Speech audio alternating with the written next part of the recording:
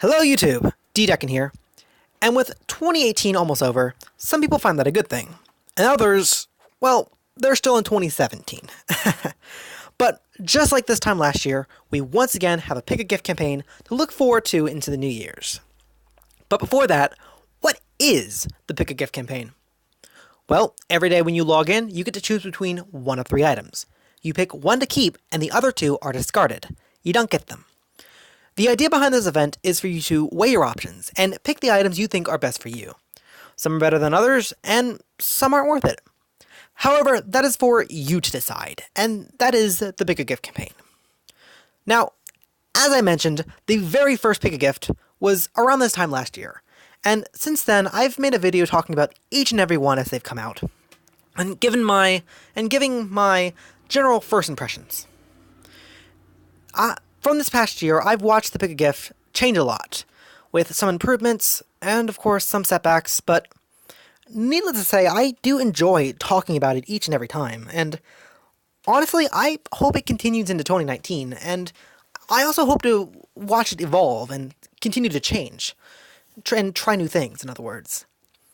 But enough rambling, let me talk about the event as it is now.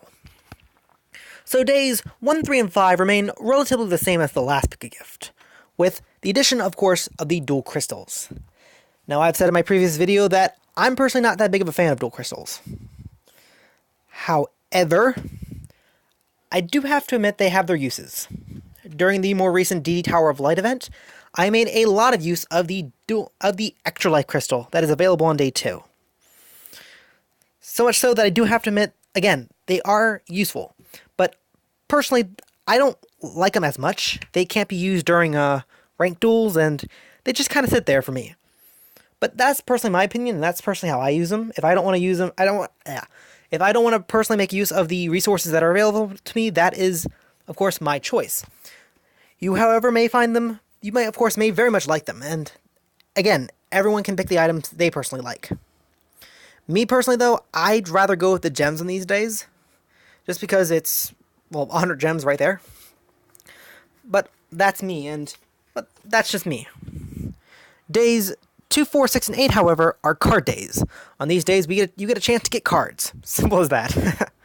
Days 2 and 4 recycle cards from the previous event, are recycling cards from the previous event, which are Dark Coffin and O Oversoul, both of which are level up cards from Odeon and Jaden respectively. And honestly, and obviously speaking, this is a good chance to get your third copy if you didn't get it from the last event, or if you're new to the game.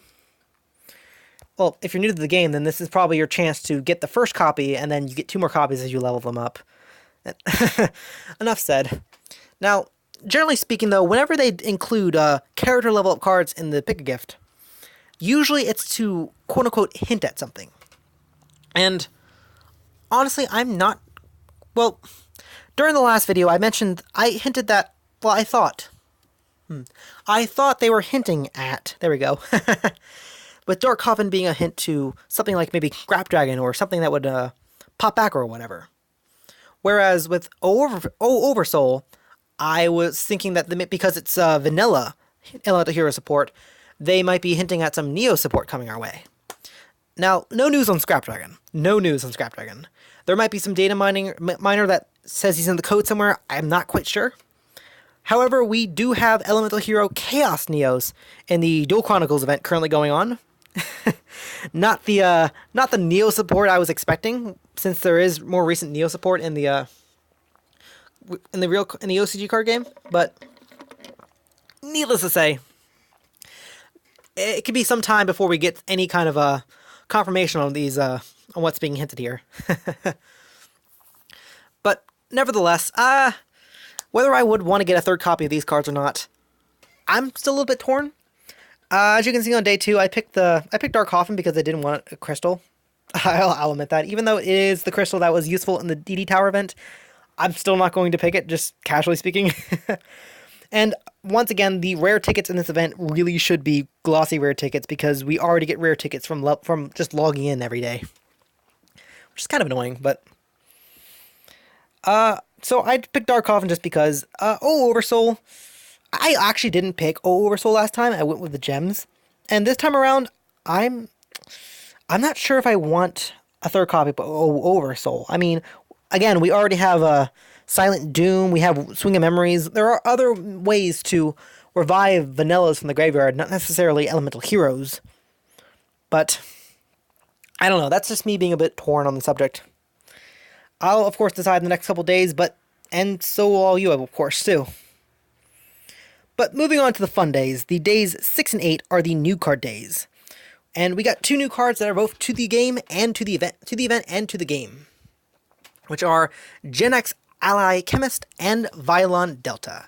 Now, Gen X Ally Chemist has the effect where you discard them and target a Gen X you control and change its attribute. And what's cool about that is the Gen X monsters and the Synchro monsters, they require certain attributes to either gain certain effects or to summon certain monsters. So Gen X Ally kind of turns one of those Gen X monsters into that attribute of your choice. Now, overall, some people might find this effect very underwhelming. But another thing to keep in mind, though, of course, is that he's a level 2 Dark Machine Tuner. And why is that important? Well, first of all, we got a tuner monster in the Pick-a-Gift. That just basically means any tuner monster they could start coming in the Pick-a-Gifts. Like, oh gosh. Like, I'm having a big brain fart, but there's a lot of tuner monsters that we could start getting. And that's actually very exciting to look forward to. And also, speaking specifically about Gen X Ally Chemist, well, to be honest, growing up, I had the 5Ds Nintendo DS games. And Gen X Ally and Violon are both archetypes that were very much in those games, and I played a lot of. So I do have a certain amount of respect for these archetypes, even if they aren't the best. I do have respect. But with Gen X Ally Chemist here, you can discard him for his effect, and then you can summon like Junk Synchro on a powerful rebirth to just bring him back, and then you can make your Synchro play. Now, granted, the extra deck space in Duel Links is a bit limited, so it does give you more options to go into those limited cards if you decide to make it. But speaking on extra deck space, Violon Delta. Yes, Pick-a-Gift has finally released a Synchro monster. And once again, just like the tuner monster from 4, it is a floodgate for any new things. For new things, of course. And overall, Delta isn't too bad. Being level 7, he's a little bit awkward, meaning that you need to get like a level 4, you need like a level 3, or a level 5, level 2, or level 3 monsters equaling 7. He's a bit awkward to summon, of course, but the thing to also keep in mind about him is that he's a 28 wall. And if you summon him first turn, he sits there and he like deck thins you 1 card.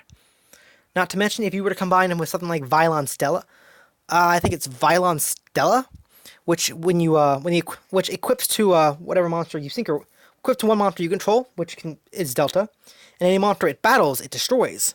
So if you summon Stella, which is a level 3 tuner, synchro it with a level 4, and you make Delta in defense mode, equip it with Stella, you have a 2800 defense wall that if anyone tries to attack, it just pops something. It pops whatever tried to attack.